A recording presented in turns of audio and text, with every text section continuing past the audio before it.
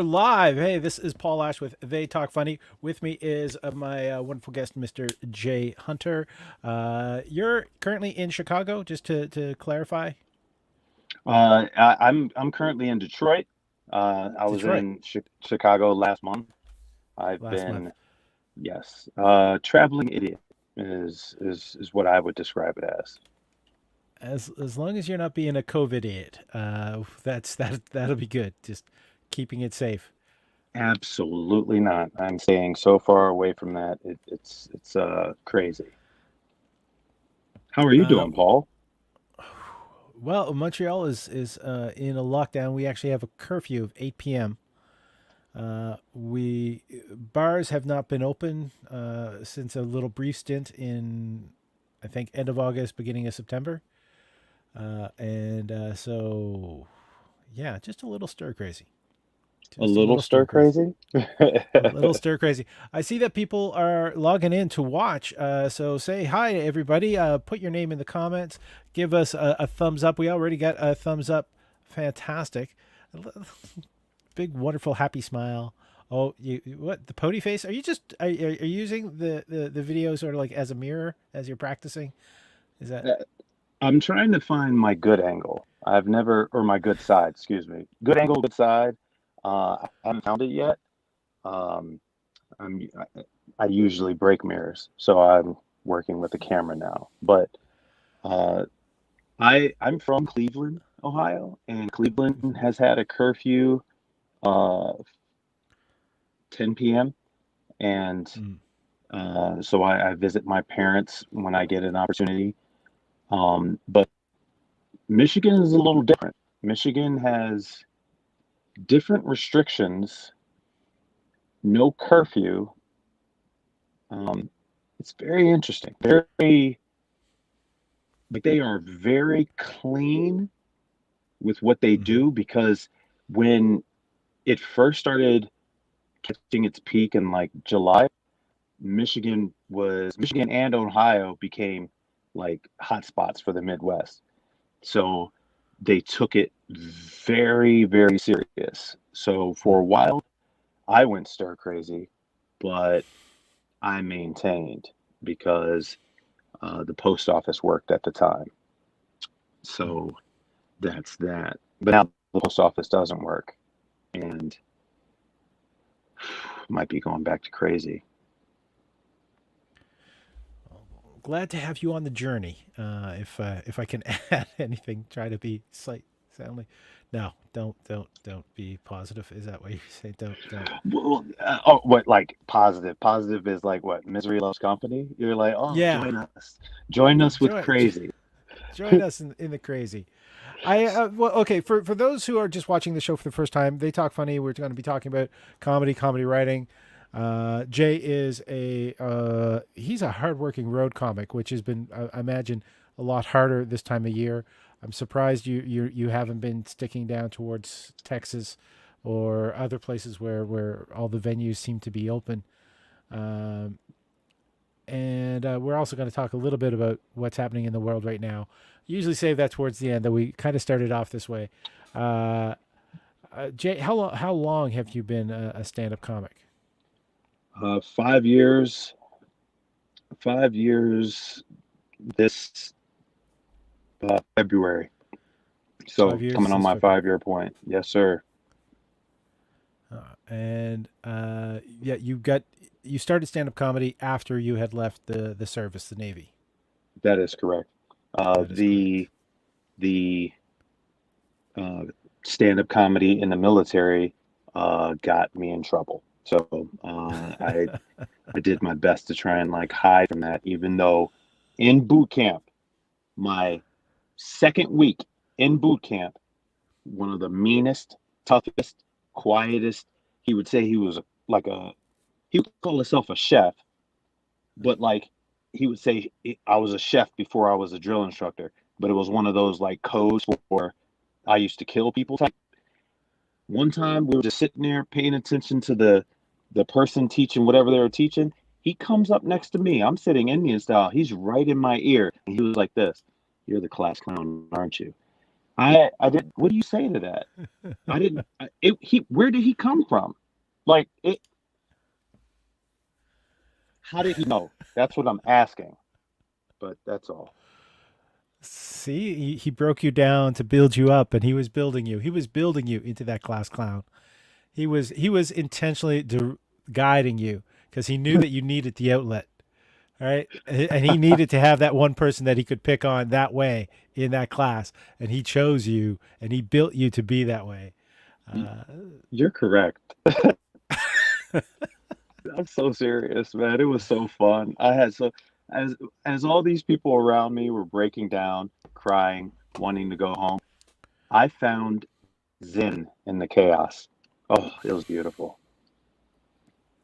I come from a military family, so just I had a thing about being yelled at. That's kind of the reason why I never went in, because you can't do that and not get yelled at.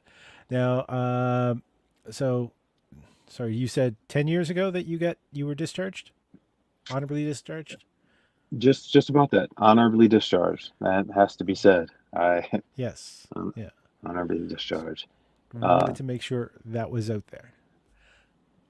How and for anyone who's watching, your website is down below. How would you describe your comedy to neophytes, people who aren't familiar? And if anyone wants to ask some questions or say hello, just write it into the comments chat. We can bring it on screen.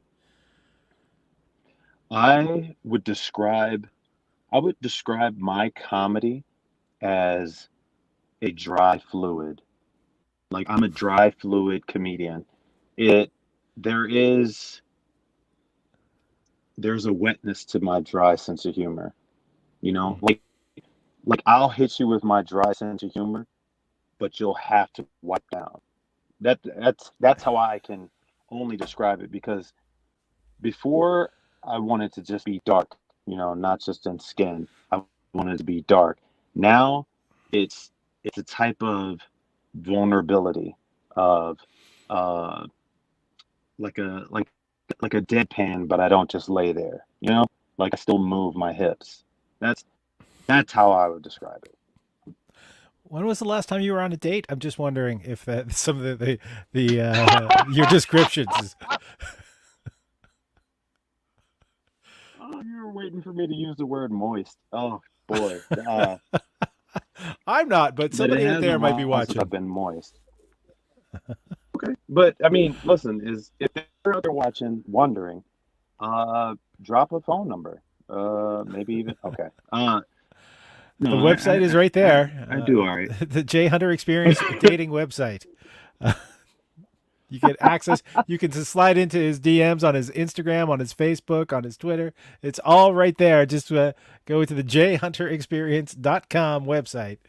Uh, And yeah, and look, slide in head first. slide in head first. This is not going exactly how I was picturing it, but it is still going. Uh, the there's one thing about you on stage is you're highly likable. You are very likable on stage, and I find people connect with you very easily. And like you said, that you wanted to be a dark comedian. I think you get away with saying things that a lot of other comics don't, just generally because of your personality on stage. Would you say I'm kind of accurate that way in saying that? I, I would say you're 100% accurate. I want to accomplish that goal. I want to be the anti 6'6" black man. Um, I want to define that before I finish. Since you brought your height into it, yes. Stereotypically, stereotypically, I'd be a threat or uh, mean, just that like that size, like overbearing. And I want to do the opposite of that, play off of that, and I think it makes the tickles more enjoyable. Like it's um, that difference between.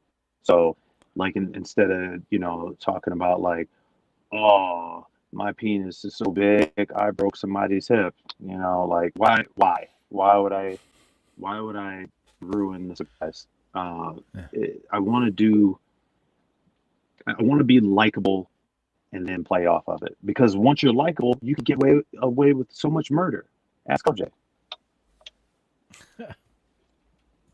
Nice way to drop that one in there. There is we want to say hi to Kristen Jackson, who's saying that she enjoys your comedy. And I think I'm a fan as well of what you do. So, Kristen is saying hello. Thank you, Kristen, for watching. Anyone who, if you want to help out the channel, just hit the like or share. Let people know that you're watching and that it's worth watching. And it's worth watching on the replays as well. Uh, so, Jay, what would you now? How much time a week do you spend writing? Do you have like a any structure to your writing time, or? My structure is chaotic right now. Mm. It seems like I only I only get inspiration when I'm not supposed to be writing. So long drives, the shower, um, not pooping, but it's just always at the wrong times. I wish I could at 4 p.m. sit down, start the writing process, but it is when my mind's away and when I don't have that ready opportunity. So like I have to have like a voice text note Mhm. fashion or whatever on my phone at all times. So when I'm driving and it just pops up in my head, I get like the subject and get down a couple of tidbits, and then when I get to my destination, finish the joke. Is the safe answer that I'm saying to let people know that I don't text and drive Text and drive. unless you get my sense of humor and would only assume that most of my jokes happen while I'm texting and driving. Uh, Now, do you are you one of the type of people that writes on stage, or do you thoroughly explore it on paper or on screen first?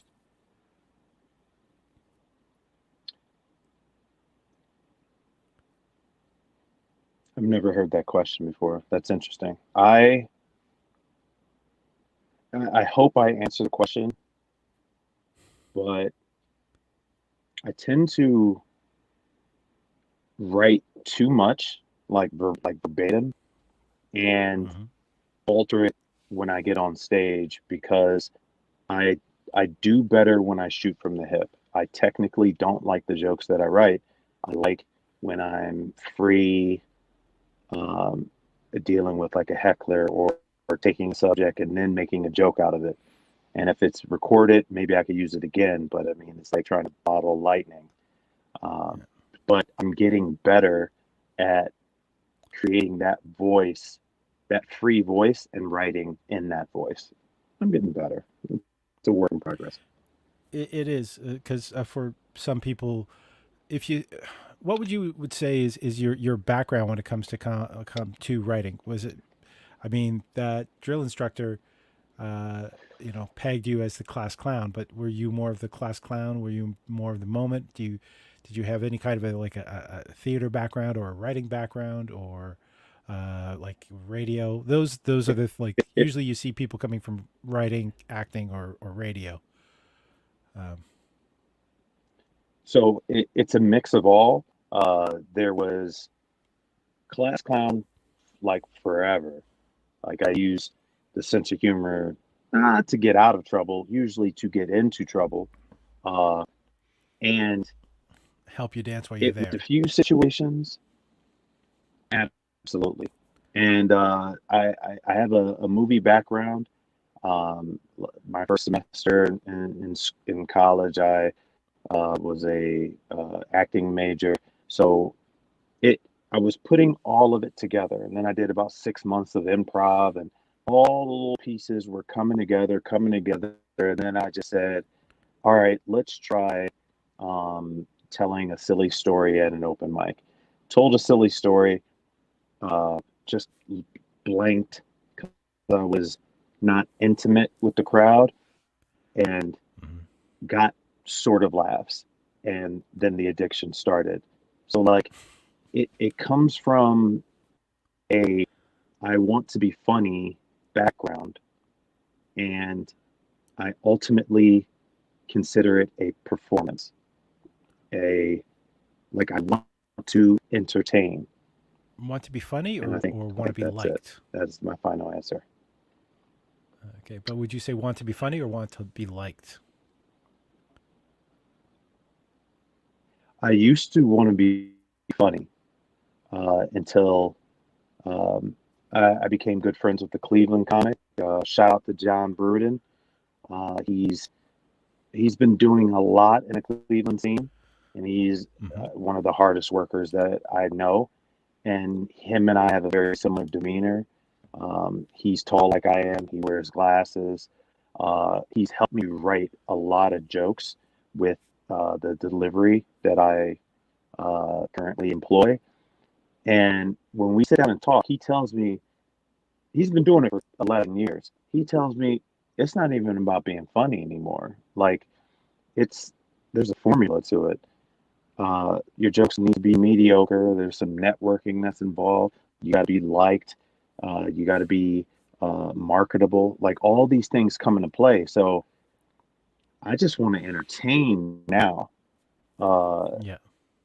Being super funny, I would pray that it comes with the territory. But right now, I think I want to be entertained. Uh, Light comes with being a good entertainer, but like if certain people don't like me, uh, God bless, like you keep it moving. Mm. It's interesting how you mentioned like that little checklist. There's also I would add to that checklist, be young enough to be a future that somebody's willing to invest in, if you were looking career wise, and the networking. Uh, it's the being likable off stage, which is different than being likable on stage, I would say. Uh, Now, what was the impetus for you for the decision to do as much traveling as you've been doing? Because I met you because you showed up here in Montreal, and you had been traveling into Canada. So, what kind of started that travel? That's a good question. It sort of hit the nail on the head on what I was talking about. In the Metro Detroit scene, I didn't feel like I was uh, getting a getting the reception necessary. I'm not a big fan of clicks, so in the Metro Detroit scene, instead of trying to be liked by a scene, I started traveling an hour radius around Metro Detroit, then like a 2 hour radius through Metro Detroit. And I took a trip to Canada 2 years ago. And Mhm. in Montreal, I think I did an open mic, and I was hooked. And after that open mic, I came back the next month and maybe did a few in Toronto and then Montreal. And then I just fortunately came back to Montreal in July. And I think that's when I met you, maybe before, but it it's when I really started to really when I got the opportunity to work and work on certain jokes. It Canada to me was the best place to work. Like it was a blank slate. It was a different country. Uh, Excuse me. Uh, yeah, I guess it is a different country. Same continent, different country. Right. I'm getting there. Just it was just it was. I learned. It was when the learning curve started. Before it was just searching for ha-has. Canada was like my rebirth, Hmm. but it was all because I didn't I didn't like local scenes. So traveling is my way to go other places and really see, am I funny, without the Hmm. preconceived notions of whatever. As the story with Chris Rock, are you familiar with that? How like he was a Eddie How it got Murphy discovered? discovery. Well, he was an Eddie Murphy discovery, and then Absolutely. was sort of he was doing Yep. the New York thing, and then uh, he went. He basically, I think it was 2 or 3 months on the road, and when he came back, he had double the material, and he was just that much more electrifying. Like he stagnated for a while before that happened, and let's face it, Chris Rock stagnating is pretty awesome. Like to be that level, uh, Yeah. but the tour, being on the road, being in front of different audiences with like no, like as you said, no expectations of you other than the fact that you are there to entertain and they want to be entertained, gave him a chance to really examine his material in front of diverse crowds to find out what really works and boil it down. Um, so, would you recommend that to comics who are hitting that stage where they're getting comfortable in their city that they should get uncomfortable elsewhere? I would recommend to anyone, get out of your comfort zone. Uh, I I don't give too many recommendations to comics because I don't feel like I'm in a one of those places to talk to another adult that way. But I'm glad you brought up that phenomenon because I'm literally there. 2 months ago or last month, I think it was last month, an Ohio comic took me on tour with him. We He was doing like bars and wineries. We went to Minneapolis, Indiana, and then Wyoming. And I've never been to Wyoming. I don't even know what type of America that's considered. I almost want to call it the Wild West, but the learning, there's nothing better than a different type of people and seeing if you can get them to laugh. So I would recommend to anyone, get out of your comfort zone. Hmm. That's good advice. Now, when you were doing that tour, were you doing like multiple nights in one town, or was it mainly just one nighters as you traveled? And oh, One nighters until we got to the end. We,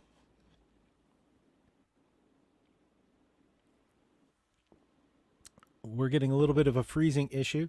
If must anyone be a has any bad questions delay. for Jay, you can just drop them into chat. And make sure you give a thumbs up to the live stream. It really kind of helps out on the algorithm to get people to help people discover the program, so we can talk more and keep this thing a going. Uh, Go ahead, Jay. Sorry, you sort of dropped out there for a second. You froze while you were explaining that it was All mainly right. one nighters until you got to the end. That was the last we heard.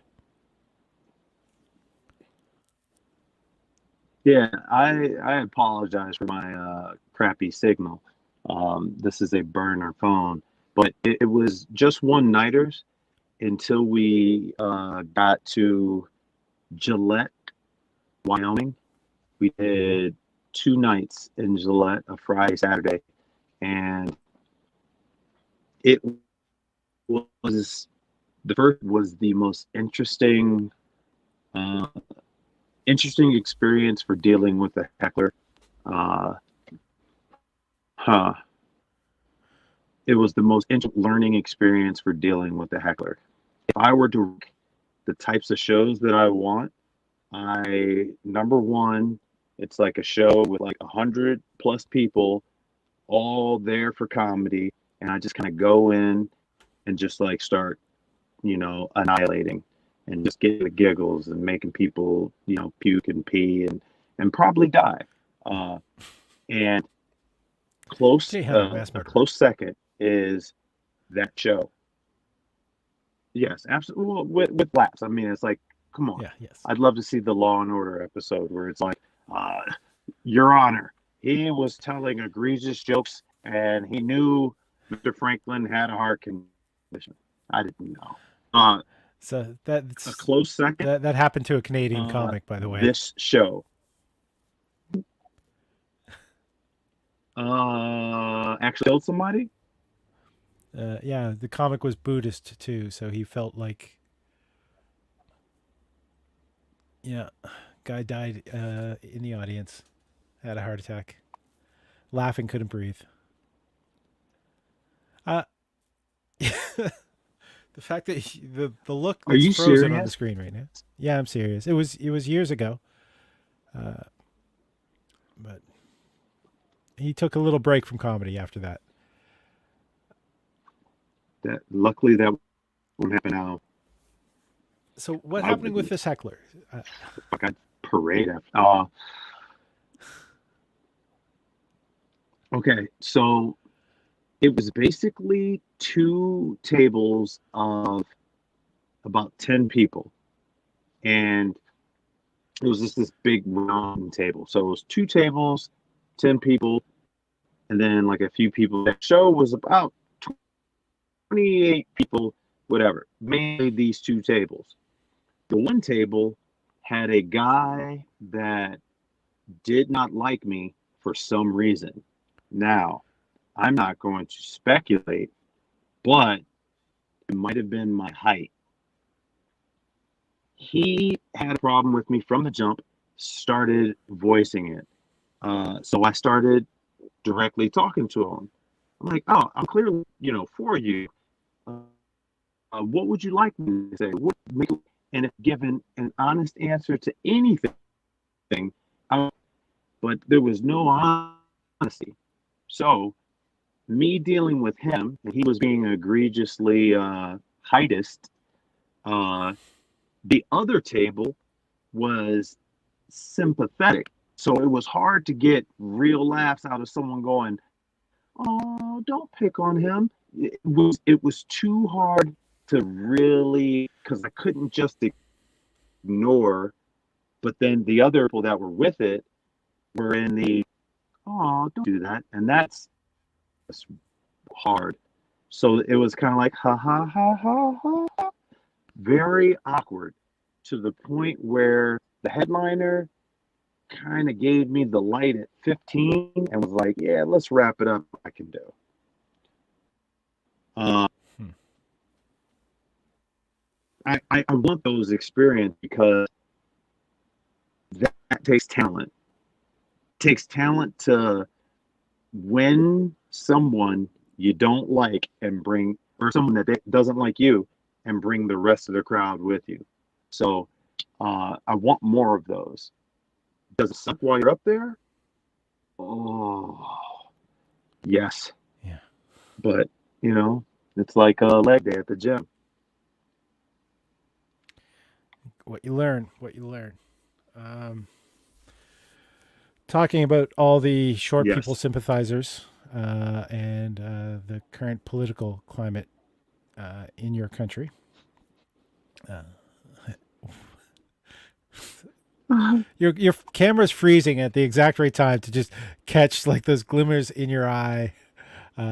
Just acknowledging that I acknowledged what you had stated in an obtuse way. There is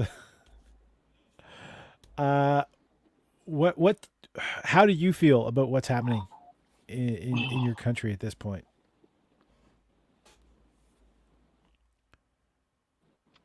I'm currently in a state of where the only way I can find peace is I have to remove my care. So I'm doing my best to only pay attention to like health and safety and politics and unrest. Uh, I turning a very, very like huge blind eye to that because Mm.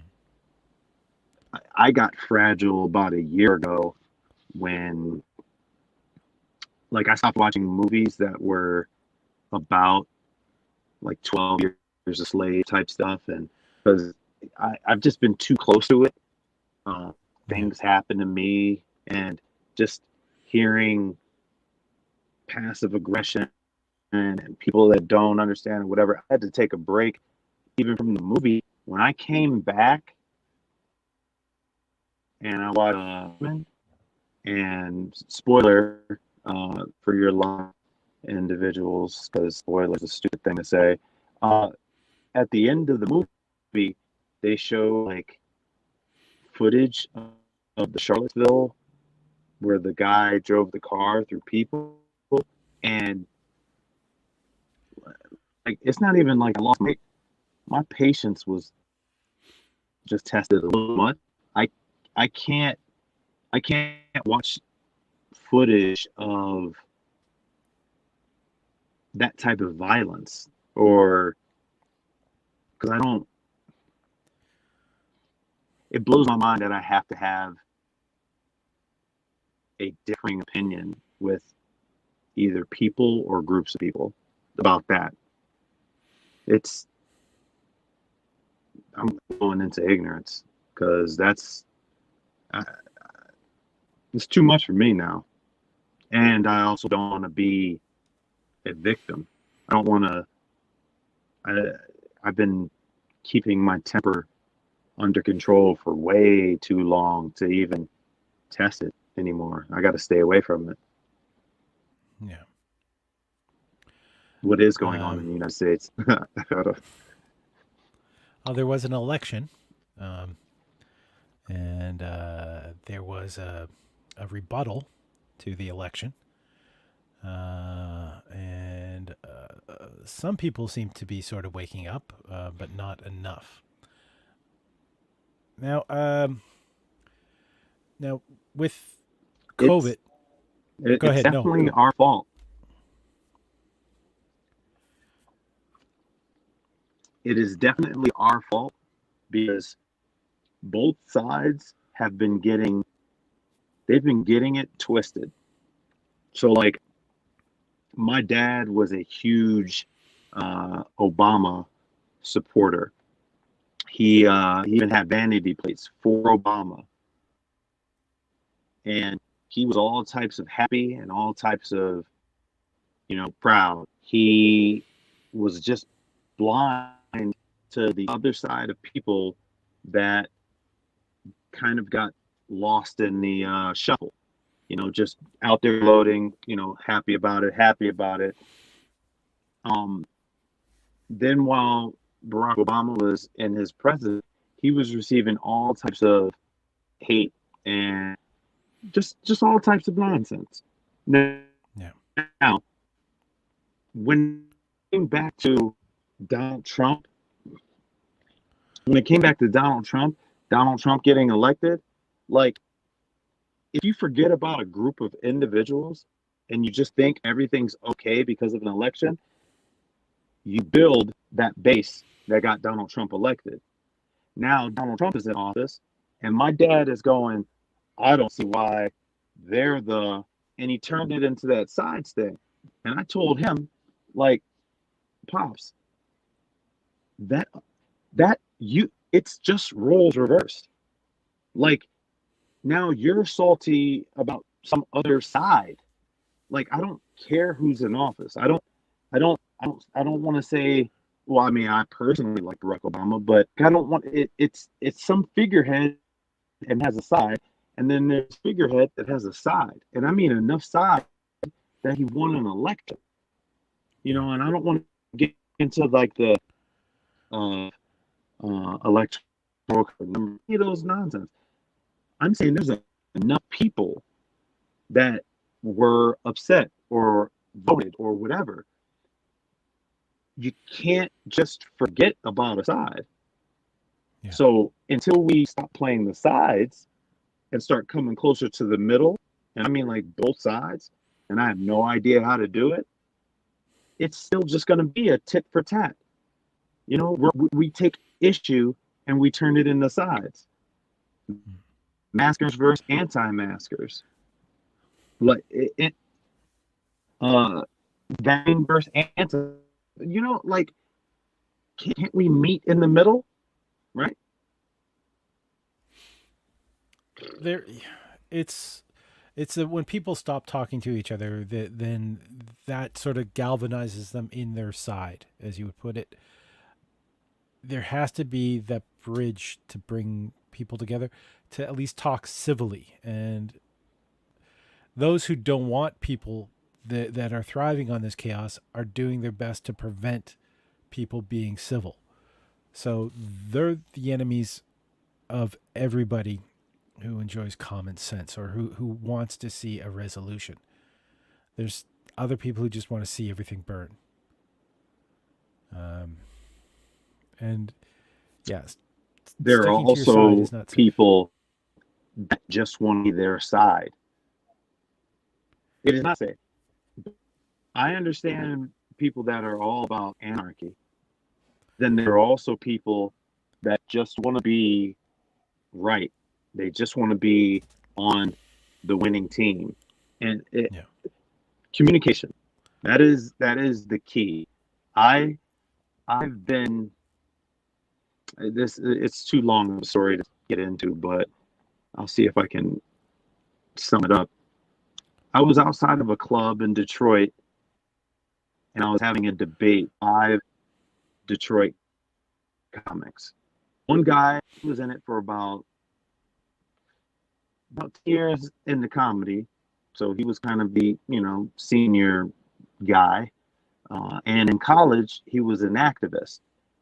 And the point I was trying to make was, I would like to build a platform so that I can have a discussion between two polar opposites of a subject. Let's say Trump supporter and a non-Trump supporter. A platform, a racist versus a non-racist. Some type of platform to where it's good. And just really air it out. Political correctness. Just what do we need to air it out? Uh, uh,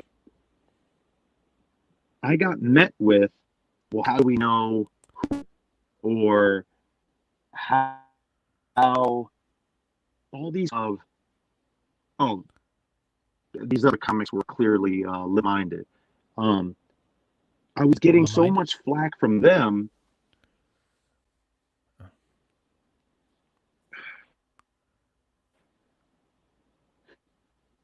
I was getting the same argument for them to be the same that I'd get from the other side, and I was trying to give great example. I was asked against five people, and it was very exhausting. The flame is still like strong within me, but it's just an uphill battle. And I ultimately want to do that with my comedy, because if you could make two people of differing opinions kind of laugh at something and maybe remember it later, like maybe I can slip logic into their dome. But directly having like these debates with them and seeing the ferocity, the passion, the passion to not want to come to the middle. Oh, they got to come first. What? Like, It's a great dating advice, but I feel crazy. Ha, ha, ha. I got good dating advice too. Like I'm pretty good. Man. Like I heard of this one guy. He goes by the name like the Love Doctor. I could give him a run for his money. I got like he's good, and I might be Ali.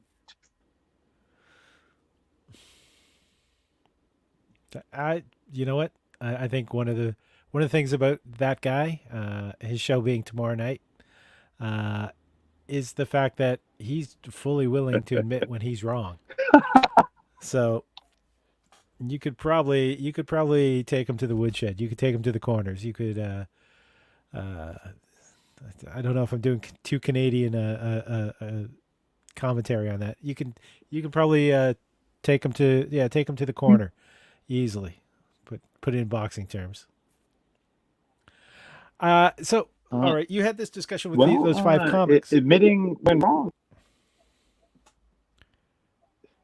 admitting Yeah. when wrong. Yeah.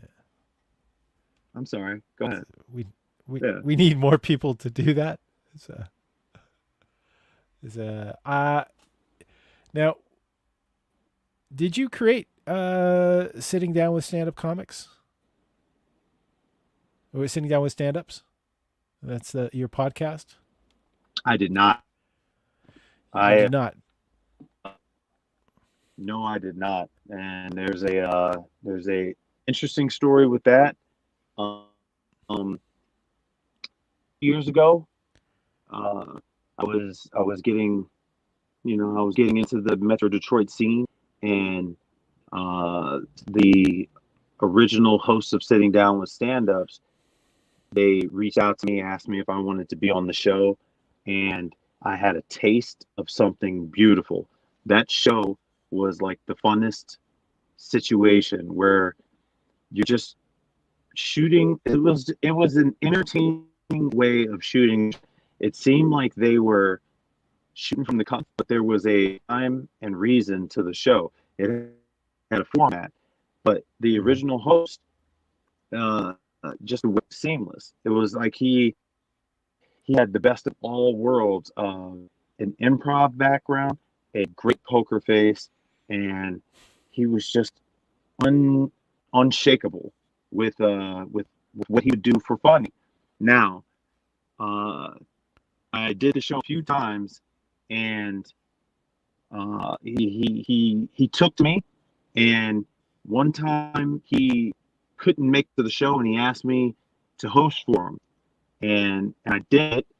And boy, was I nervous, and I did awful because it blows my mind trying to keep the ship going straight and be funny at the same time. So I hosted it. I had the taste. I wanted to host more. I hosted for him again, and this time he had to go to the hospital. And I'm not going to give out like too much information, but like he went to the hospital and he passed away, and I run the show. That's It, no, this is a yeah, I live don't want to show. get into too much information about that, but that's no, it's a It's a ideally, podcast. it's a show with in a studio podcast, a show in a host, some other comedians to kind of make up a panel, and usually a guest comedian. Hmm. And I'm not sure if we just lost you again. Your picture has frozen. Oh, no. No. Okay. All right. You're back. The sitting down with stand ups underscore podcast on Instagram. The tag is on the bottom of the screen here if you're interested in learning more about that. We are getting a bit of lag and technical issues there, Jay. Do you have any final thoughts or anything that you want to definitely share before we log off? I want to start with the apology for my technical issues. I'm not a person to make excuses, but I moved from my house in Pontiac, Michigan to uh, Detroit proper, and internet is not up, and I thought it was going to be. So I'm currently in my cell signal, and it is awful. That's what I'm going to start with that apology. The other thing I want to say is listen to Sitting Down with Stand-Ups. Try and find the episode with Akeem Hoyt Charles, because Akeem said one of the funniest things ever about me. Like, we weren't even ranking on each other, and it was just a panel full of like Canadians, and it was through like the Zoom sort of setup, and it I don't want to ruin it. I really don't want Okay, to ruin it. But it definitely. all We're gonna started have with to some comic. some comic. You cut out just when you said it all started Yep, with some comic, and I then just stopped because I heard you. oh, okay. Sorry to cut you Yeah. off. Okay. So some comic. Yeah. Sorry about that. Some comic. Some comic was like, "Hey Jay, uh, take off those glasses. You're not smart." Akeem said one of the funniest things just on earth. That's like I like that made my 2019. Wait, 2020. I'll figure out when it was. I think it was 2020. I can't keep track of time anymore. But that's my guy. That's met in Montreal. He's Hmm. living in Vancouver now, living the dream. Uh, I'm probably gonna be his protege. Yeah, open for him. Sweet. Uh, and I'm so sorry about my delay. it's okay. We're surviving through it. We're surviving through it, and it's I missed you, man. I'm gonna say that. Um, you gave a shout out to my boy, the Love I Doctor. miss you. Yeah. The way the camera freezes, I almost feel like it's a comic book I, panel. Just I could see the freezes as well. It is. which is just probably a level of frustration added in. Oh, Which I didn't mean to be giving you frustration with this. I wanted to sit down, have a chat, talk about the process for you, and theory for you. Which oh, how about this? all And right, this is going to sound blasphemous, but have me on again and be the real one. And so like it'll be more entertaining. You know, I'll have like it, I'll have my mic, I'll have lighting, I'll have makeup, I'll have makeup. pants on. You got pants on now, Jay. I Hmm. know you. You have pants on now. You wouldn't be sitting in the car without pants on because you have to get out of that car and go somewhere. You're wearing pants.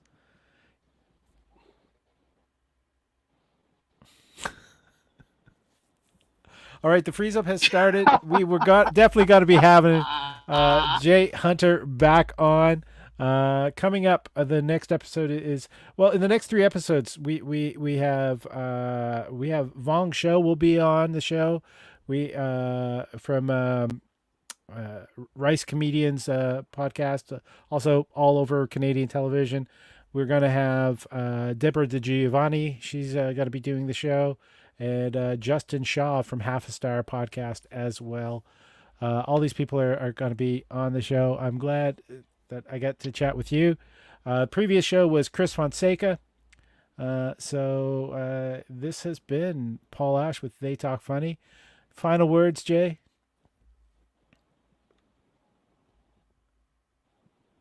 All right, there we are. We're ending the Bye. broadcast. If you want to support the channel, just down at the bottom there is a link tree. It says "Buy me a drink." You can buy me a drink. That money goes into making sure that this show continues. And with the amount of money that I've been getting in that, I'm staying sober with all those buy me a drinks. Have a pleasant day. I'm Paul Ash. This is They Talk Funny. We're gonna be back 8 p.m. Thursday night.